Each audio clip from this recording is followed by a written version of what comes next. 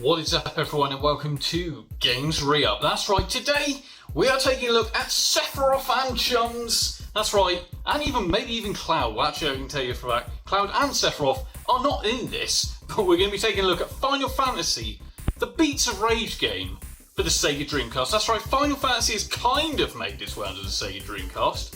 Although, be it quite a few years ago now, this is quite, it's an interesting Beats of Rage game. It's very basic, but kind of cool if you're a Final Fantasy fan. Let's take a look. Quite obviously, this is no way endorsed by Square Enix, it never would be, but this is the Beats of Rage game Final Fantasy, essentially Final Fantasy 1, but in a Beats of Rage form, as you can see right now. Yeah, the Beats of Rage game does follow exactly how the Final Fantasy, original Final Fantasy on the Nintendo Entertainment System, that's right. It's the same game essentially, but in Beats of Rage. So we know the Beats of Rage format, it's always essentially a beat 'em up game, hence the name Beats of Rage. But it's Final Fantasy, man.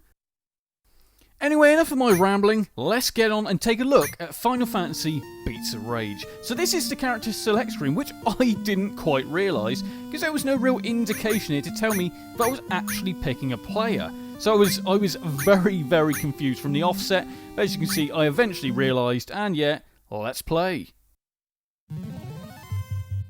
So from the offset, you're probably going to tell that this is an extremely basic Beats of Rage game. Most levels are actually like this. In fact, they seem to focus on one background with many of the same enemies. Although further you get into this game, it does juice up a little because the story happens. You actually do see little cutscenes, kinda anyway, and you do actually get more enemies.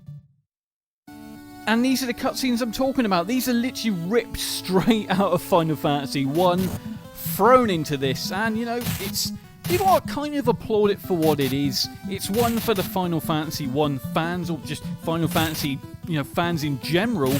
Like I said, it's the only way you can currently play anything Final Fantasy on the Sega Dreamcast, so can we really be too picky?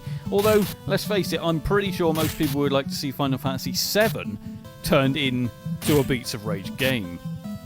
I mean, you gotta be honest, I'm not wrong about that. So obviously, basically, it's a one-button hit, there's no jumps or anything like that, but what does happen, if you do see an orb land, make sure to hit it, because it basically destroys every character on the screen.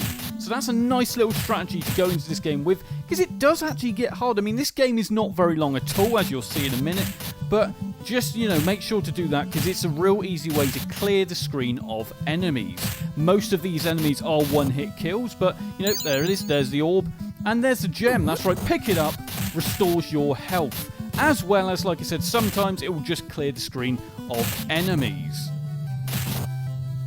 I think the real bonus with this Final Fantasy Beats of Rage is essentially the fact that it's not that long. Like I said, this is a short game, it's only a few levels, and the difficulty really isn't that hard.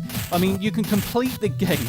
This is no word of a lie. The first time I played this game, I completed this game in 15 minutes. So this really is a jump in, jump out Beats of Rage game, which sometimes you kind of need. Don't get me wrong, I love Streets of Fighter? That's not a thing. But Streets of Rage 4 on the PS4 obviously came out quite recently. Yep, you can complete that. That is about an hour and a half's worth of gameplay, and it's really, really hard. It's not a jump in, jump out scenario. It's stick there. I mean, don't get me wrong, it does have save points, but this is sometimes what you need. It's a short game and a quick burst of, swordplay. Who doesn't love that?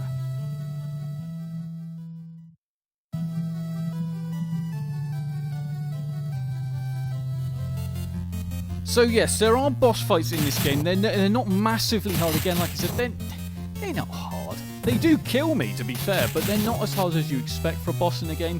But it just takes a few bashes. The only thing I don't like is the fact there's no sort of power bar to see how much power they've got. So you kind of, you're left guessing, wondering how much you've got or how many more slashes it's going to take to kill the damn guy. So that's one thing I'm not a massive fan of.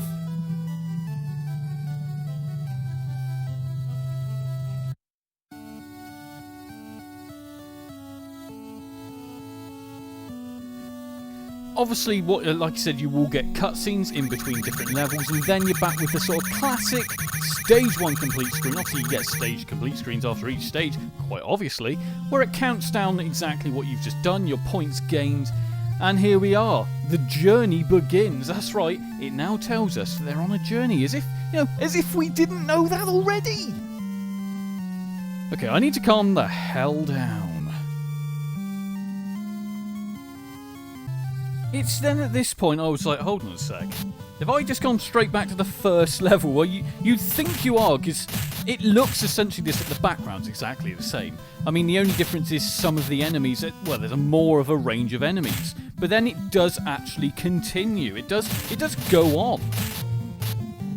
This level clearly didn't take much inspiration, because it's just a black background. You know, sometimes I do kind of look at these Beats of Rage games and think they have been thrown together so quickly. I mean, I shouldn't really complain, because it's a free game. No one's paying for this. Obviously, yeah, it's all copyrighted material. But let's not get into the copyright of this. But anyway, this is how the game ended. You collect the orb, and that's literally it. Anyway, that is it in a nutshell. Anyway, I've been Al from Games Re-Up. Like, comment, and subscribe, and also check out my Patreon if you want to support the channel. I'll see you all soon!